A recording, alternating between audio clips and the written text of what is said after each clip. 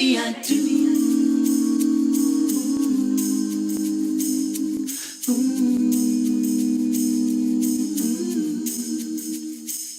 Baby, they ask with who will I spend my life, and boy I tell them with you. We'll be together till the end of time. Forever, baby, I do. I'll never leave your side, no. I'm stuck to you, I must glue. So take me higher than a plane can fly, where there's no one but us two. 'Cause you are my heart, and you are my soul.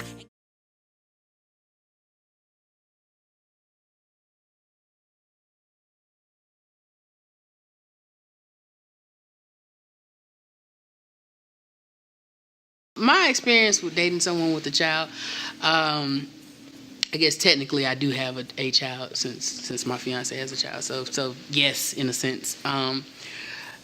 The experience has been, I would say, a sobering one, and it has been one that promotes growth.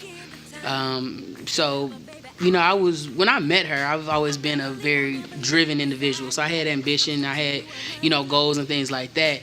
But what I'll say is that when you bring a child into the picture, it makes you want to go that much harder. It makes you want to make those goals bigger.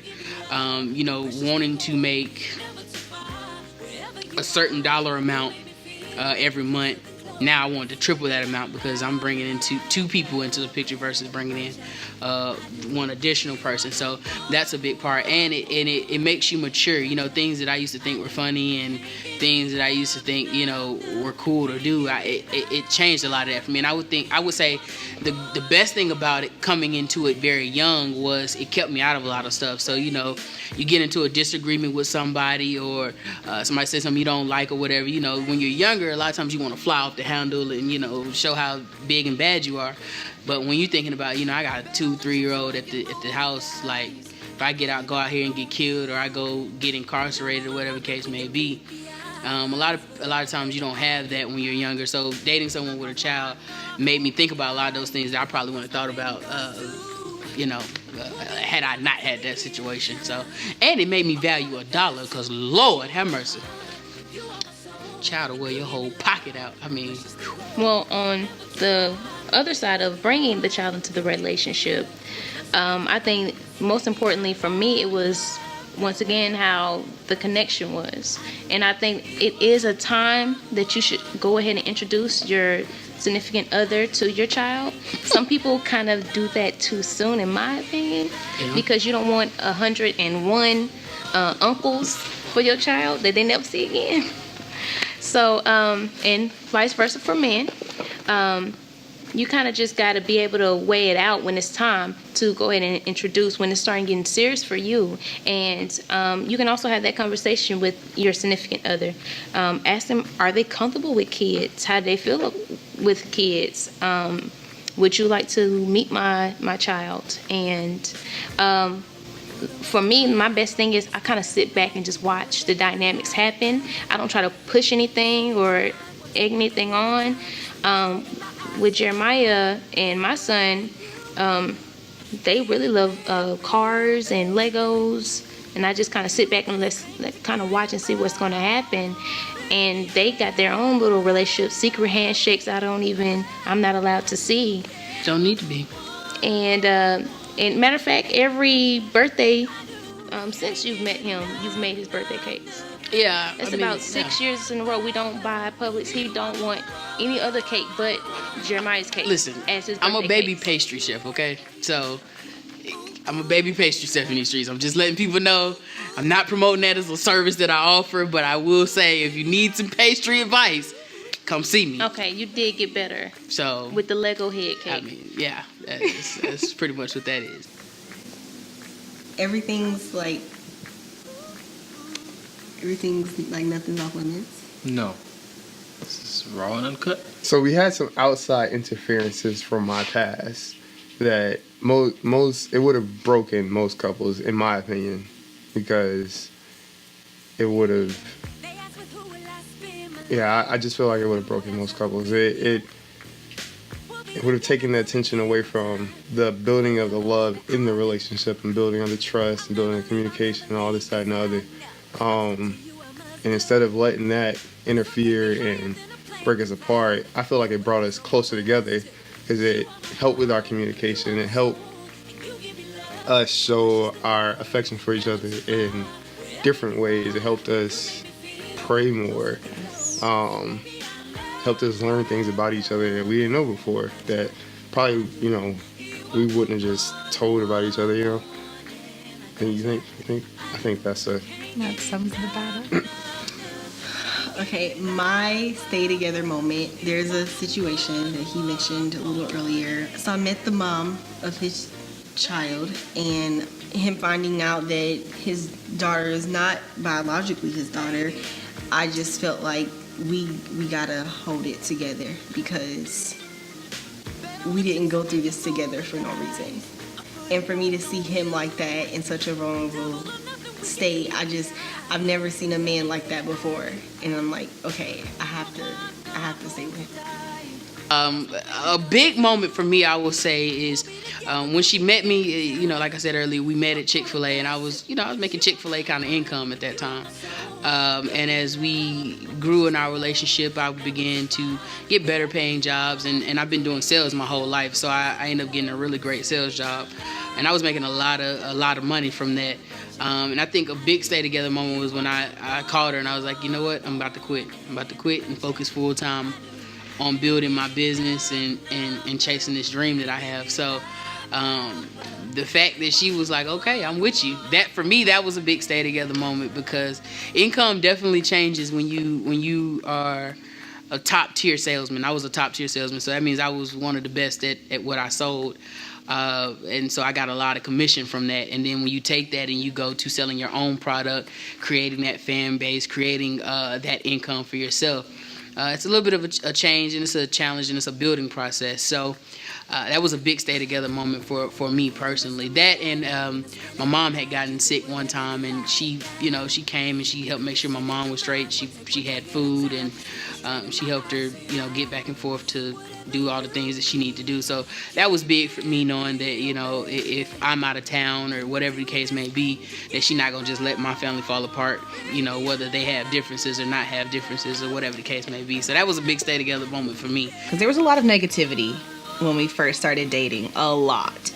But we got past it because, it doesn't matter what anybody else has to say or what they think about it. Like, we feel like we were meant to be together, and we just ignored the negativity. There's several moments that I knew that we should have stayed together. And that was the biggest, I would say, the tip of the whole thing. Once we went through the whole child situation, and she stayed there. Like, literally, we were to the point where we were going to court about this. Mm-hmm. Whole summer. Yeah, the whole summer. And it was one of the most tragic things I could probably go through in my life, but she was still there. I was like, wow, this is amazing. Finding out that the child that I had for, 10 years was really not my child. And to the point where there was court involved, there were TPOs taken out, her getting threatened by, other people. At that time, the mother of the child, her family, like all against her, like literally trying to run her away. But when God does something, there is nothing else nobody else can do about it, period. In this day and age, with our generation, it's like there's no loyalty when it comes to, it was on both ends. I don't want to be biased in this interview, but some girls, especially at that point in time, there was a financial issue too. Like, I had lost my car. Like, it was like she was still there.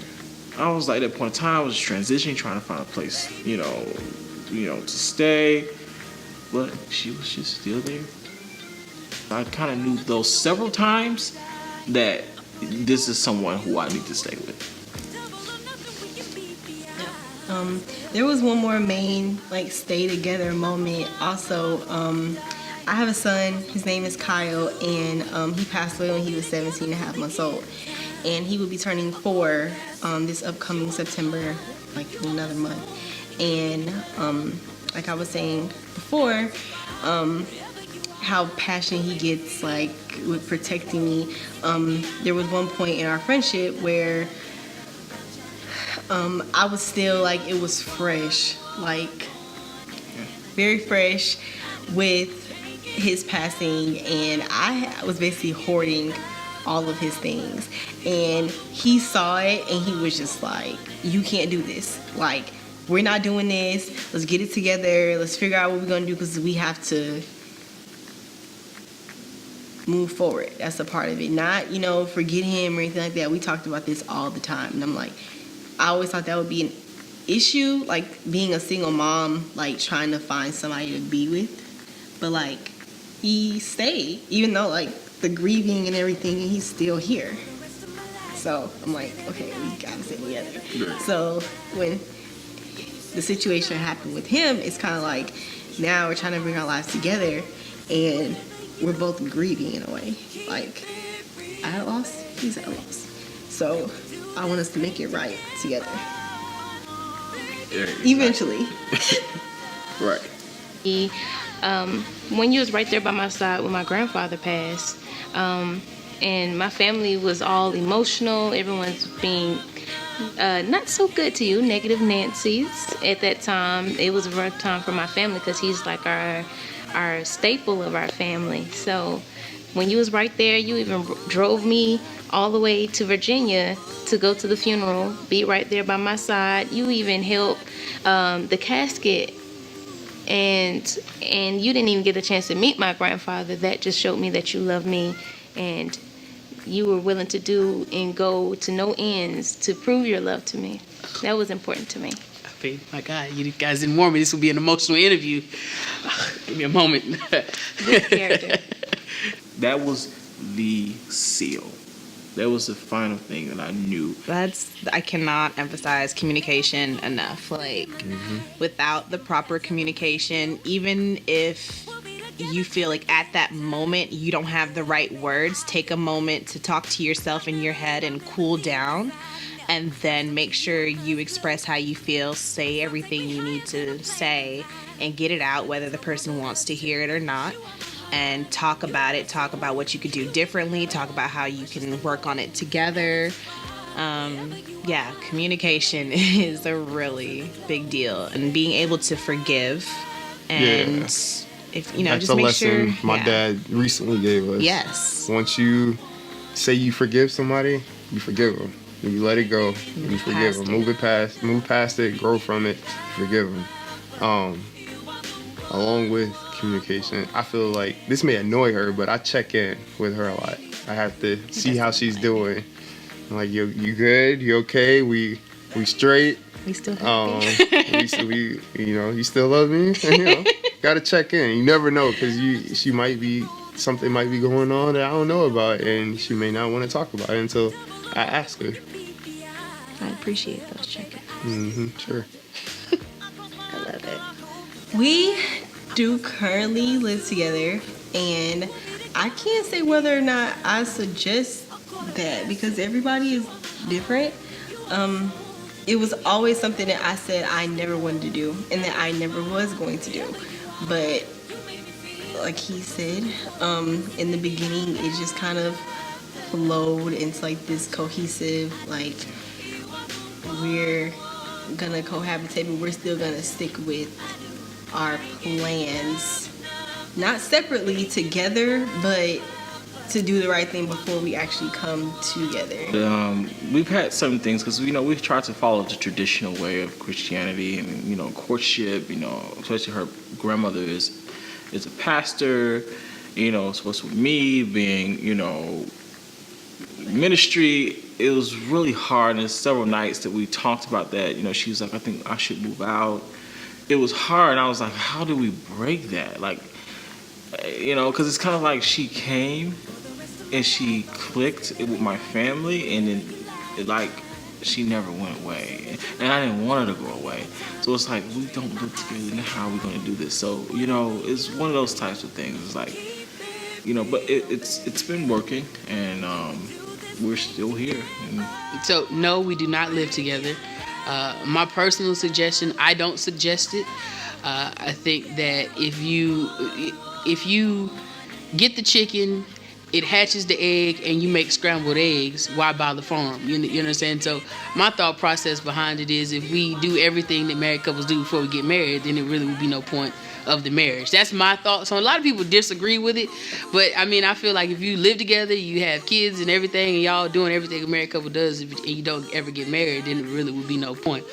So we don't live together currently. I don't suggest it for other couples. I think that it's good to have that space, and to take baby steps toward the progress. Because if you do everything in the beginning, like I know some people, they live together within the first 3 weeks of meeting each other, and you don't know each other. Yeah, and I think you don't give I don't think you give the relationship time to grow as you learn each other, because when you constantly see each other, you don't really have time to marinate over the things that may be said while you meet, or things like that. So I think it's good for the timing and the processing of that whole matriculation of events. But that's my thoughts, baby. You can say what you feel about it. Well, yeah, we also, we talked about that, but I think another huge aspect of it is a lot of people need to learn themselves before they even get into living with someone. Mm-hmm. For myself, I didn't realize how of a neat freak I was, and how naggy that is when I'm constantly trying to straighten up little things, and I'm trying to carry that over to someone that's not so much that way. You got to learn yourself. You got to learn, are you able to be living with someone? Some people I know, they just prefer absolutely to be by themselves. They don't even want kids. They don't want dogs. They just want to be by themselves. And you just got to learn what kind of person you are before you introduce your home or your space to someone else's space. We do live together. We do. And I don't say I suggest it, but it's not a bad idea to live with each other before you get married. Because how else will you know that person, like truly know that person? Spending the night is one thing, but you don't really get to know a person until you wake up next to them every single day. Got to deal with the snoring and the farting and the leaving stuff around, and all the bad things that you will have to get used to if you spend the rest of your life with that person. 3 songs that remind me of our Let's relationship. popcorn it. Are we okay? Is that what we're doing? Yeah, let's popcorn it. Okay, so am I going first? I go, yeah. Okay, a big one for me is Every Little Step, Bobby Brown. I'm a huge Bobby Brown fan, and that's one of our. I mean, the reason that's such a big staple in our relationship is because, if you are just now tuning into what I'm doing, I'm a very different individual than what I was when she met me 7 years ago. When she met me 7 years ago, I was cooking chicken. I had an idea of what I wanted to do with the rest of my life as far as starting businesses and things like that, but I really hadn't put any of it into motion per se. And so she's been there every step of the way. So for me, that's one. As soon as it comes on, even if we're having a disagreement, whatever the disagreement is, that's got to come on hold for just a second, at least for 3 minutes and 55 seconds while Bobby do his thing and we do our thing. So that's one for me. Okay, the next one would be Sexy Love by Neo.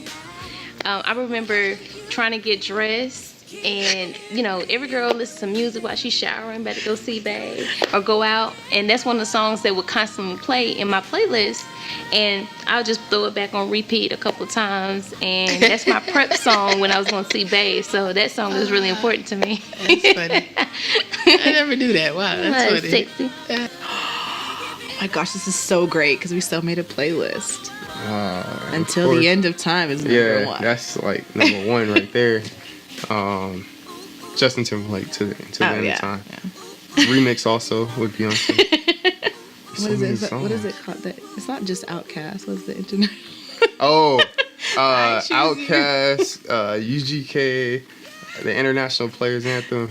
You gotta watch the video. Like that's it right there. That's gonna be played at the wedding. Yes. Facts. Actual factuals. Yeah. That's funny. That's hilarious. I never knew that. Wow. So this is a gospel song. What is it? Can't Nobody Do Me Like Jesus. It's Oh no, you didn't. What's her name? Vicky Wine? Who it is? Is it Vicky Wine? Long as I Got Jesus. Long as I No. As long as I got Jesus. Yeah, it is. It by shows yeah, long as I got King Jesus by Vic. That's a big staple in our relationship. Just because. Okay, so let me tell you what this situation is here. Oh, first off, this story good. so when I first met her, I happened to catch her singing one day, and I'm a musician, and so. I was like, hey, who's that hitting them notes there in the background I heard? And she was like, ain't nobody here but me. I said, so that was you singing. And my dad is a pastor, and so one Sunday the choir didn't show up. And so I said, well, Tyesha can sing. And so we threw her up there to sing, and that was the song she did. And so now, my dad's old, so you just have to excuse him. But every time that the choir may not necessarily be able to make it, or even if they there, that's the one he wanted her to sing, as if that's the only song. Yeah, come on, baby. Yeah, come on, so come on let the Lord use you. So that was funny. That was a moment, and I remember just practicing the song with her and going over it, and it was actually a confidence builder too, because she never really wanted to sing in public. No. So that was that song is yeah, it's hilarious to me, but it's that's a staple too. I like that one. That's funny. That was good, yeah. What's song number 3 that we can both agree on? Because I have my little pop music and Ed Sheeran moments. Thinking Out Loud. Okay, see, I have to say that one because that was a really sweet moment. Thinking Out Loud. So you don't even know. We went hiking in Utah, and it was like 1 a.m. under the Milky Way, and we danced. Yeah. And we danced together under the Milky Way to Thinking Out Loud. Put the radio up on blast in the Jeep, and we danced under the stars. So cute. That, Yeah. top three. Yeah. I didn't even know you like Sexy Love. I thought that was just. Yeah, that was that one.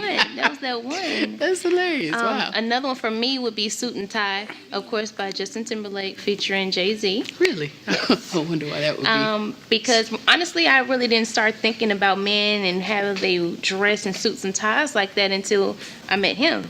Most guys, basketball shorts, the Nike socks pulled all the way up in their little slots.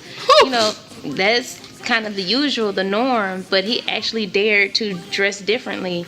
Our very first date, he had on some khakis, some them little church pointy shoes, pointed toe, and a button down, and we was on a basketball court.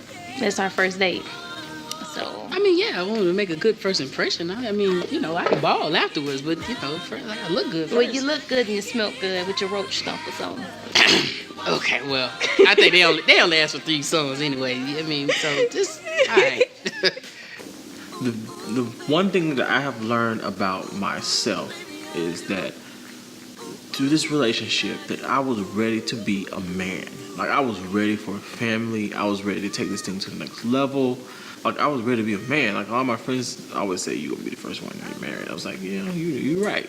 But it got really serious when she entered my life. And I was like, thank you, God. I tell you everything I love about you all the time. We don't really keep that from each other. Like, I love how goofy she is, because I'm just as goofy. Like, I'm a little bit more chill, but like we can be goofy together. Like, just her and I together, we can entertain each other, and I love that. I love that we keep each other entertained. We don't need television. We don't need other people always at our house. Like, we laugh with each other. We get away. We go out to the mountains to just go and enjoy each other. I love that she loves life. Like, that's big. Like, I love that she likes adventure. She likes art, and she loves family. She loves this, that, and that. She just loves life, and I feel like that reflects so much, because even my friends and family have seen how much she loves life, and they love her for me because she loves life so much. It's deep right there. It is. That was. Yeah, fist bump that one. So tell me something about him that he doesn't know about himself. It can be good, or it can be bad, or it can be whatever. And then same for him. Something that I learned about my fiance that she probably didn't know about herself is that she is a great facilitator. I think a lot of times she plays the back role, or she's the behind the scene roles, but she really has a strong suit to be able to put things together and kind of be the facilitator or the leader for different objectives and programs and situations like that and things like that.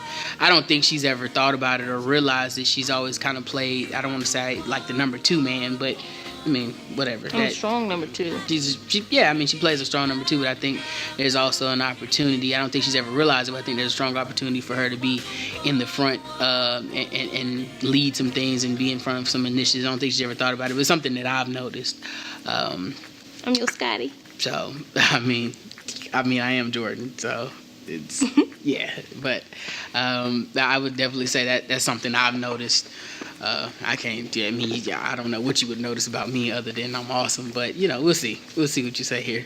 Something that I've learned about myself in the relationship is I'm stronger than I thought I was because I have him. And I don't think that I would be the person I am or the person I'm going to be if I didn't get to be with him at the end of each day. Because I put out so much throughout the day, like he says, with my cooking and taking care of kids, and I try and give my all, but at the end of the day I feel like I can be peaceful and I come home because we got to, but God's in him, so I can be restored for the next day and do it all over again. I don't think I would be as strong as I am or that I'm gonna be, because I'm still getting stronger if I didn't have him. Right. Right? I don't know. I love everything about you. I always tell you, am I allowed to say like your butt? She has a natural obsession with my phone. I do. And he always smells good. Even after sweating and working out, you just smell good, like all the time. And I love your scrub. And I love everything about you. One thing that I noticed about him that I literally had to have this conversation with them, that he's very powerful, and I don't think he was really truly using that power that he has to his full potential. I remember going and watching him mentor the young kids at the school, the high school, and he commanded the attention, but it was a whole lot of other speakers, and you got to think, in high school, you don't want to be here listening to these people talking about their lives, but he came in there and he made everybody stop and listen. The kids were joking. They were interested in what he has to say. The kids didn't even want to go to lunch. They rather miss lunch and just stay and listen to him, get his social media so they can follow him. And for me, that was just like, this man is powerful. He has a way of commanding the room without even realizing it. He was just being silly. He was being himself. But he does that anywhere we go. He was supposed to be just giving a brief introduction to his father. Once again, his father's a preacher. And he ended up giving a small little sermon, and everybody was kind of wanting him to come back up. So I got carried away with the mic. I'm not going to lie. They gave it to me. I sounded good in it, and I don't know what happened. But I did get a little carried away, didn't I? but no, like, people was wanting to hear and see more. Even when he's at church and he's playing the music, he's supposed to be playing quietly. But somebody be over there on the keys or on the drums cutting up and got the whole church rocking back and forth. The old ladies can't even move. They wig going one way, their head going the other. But he commands the room. He gets everybody involved and make everybody happy. And so I think you don't realize that you have that much power, but you do. I'm not going to say it again. So if we could I need an edited copy of this with just that part, so I can put it on a reel and just play it back and back. Whatever. Just need to get that little snippet. That'd be nice. You're great. As a matter of fact, we can make small DVDs of that. Whatever. I could distribute it amongst the people. We could do a lot with that. I'm just starting out there. Ladies first. As far as advice on I mean, we broke, I mean, I don't say broke the mold, but I mean, I don't think there was like, you know, everybody has this thing where you should be together for a certain amount of time before getting engaged. Like you said, when you know, you know. Like some people, you know, they came to me after they're hearing about the news, like, I've been with my boyfriend for 10 years or 4 years and they're nowhere near engagement. Like, I don't know what to tell you. Like, I mean, when you know and when you truly have your heart in the right place, I believe, and that it just really goes back to God. I feel like when you know that this is where you're supposed to be, you know, God's timing is the best timing, and when you take the time to really hear, you know, what God has to say, and you put what it is that you feel that you want or you need aside and really pray on a matter, He will give you the answer and you will just know. And like I said, it's not all, you know, butterflies and rainbows, but it's so worth it. Like, I'd rather have, you know, one bad day with him than go through life, you know, without him. Like, plan, work together, enjoy the engagement. I think that a lot of couples, they start fighting and bickering back and forth, and they don't really enjoy the engagement part. We literally celebrated our engagement for, 3 months? Still in the honeymoon. They call it engagement moon phase, where you are really just enjoying each other, just enjoying being called his fiance. I went from girlfriend to fiance. So enjoy that, lavish in that, because for me, and of course I hope for you, we won't be nobody else's fiance ever again. So enjoy that time, enjoy that moment. In the pampering, in the affection, and the little romantic sweet things that he or she may be doing for each other. And then you can start planning, and then you can start working together, coming up with ideas. The worst thing you can do is rush or don't listen to each other during that time. Yeah, I would say one of the best advice I could give couples that are looking to get engaged or that are engaged or wherever you're at in that process, remember that the wedding is one day. I know a lot of emphasis is put on it, and you know, you gotta have this and you gotta have that and so forth and so forth. But it's one day. The way I look at it, it's an event. You know, just like you put on a book signing or a album release or whatever. It's an event, and it's one day. And I think that the focus really should be more so on who you're spending that day with, and realizing that that's going to be the person you're with, ideally, for the rest of your life. And so for me, I think that the focus is more so making sure that you solidify that space in each other's heart, versus being so much focused on, okay, I'm engaged now we got to make plans for the wedding, now we got to do this, now we got to do that, now we got to do this. Just enjoy it, man. It's to me, it's like a road trip. You in the car, you just riding. Just, you know, make sure you fill up with plenty of good gas, get some snacks, and enjoy the ride. You know, so that's my suggestion on that. Can't wait for perfection. That's the mistake a lot of people make. They wait till everything is perfect before they even get down on one knee. Like guys, especially, like you can't wait till perfect. When you know, you know why. reclaim your time. I mean, that goes for men and women, though. Like, you know, if you want something more, say something. Speak up. If you don't, leave. Slide in them DMs. And as far as the proposal, don't be cliche. Like, don't do it at a Ferris wheel. Don't do it at a water fountain. Do a scavenger. Yeah, make it. Sorry for make it super personal. Like, I'm pretty sure the thought that went into my proposal, not to toot my own horn, but she will remember it for the rest of her life. Like, anytime we go to that water fountain in North Georgia. Waterfall. Don't try to make it a water fountain. What? You call it a water fountain. No, I said waterfall for when you go to the waterfall. Whenever we go to the waterfall in North Georgia, she will never forget it, because like I made it special. I made sure that people were there, that she really cared about who I could invite, because I didn't want it to become obvious that I was about to propose. I really wanted it to be a surprise.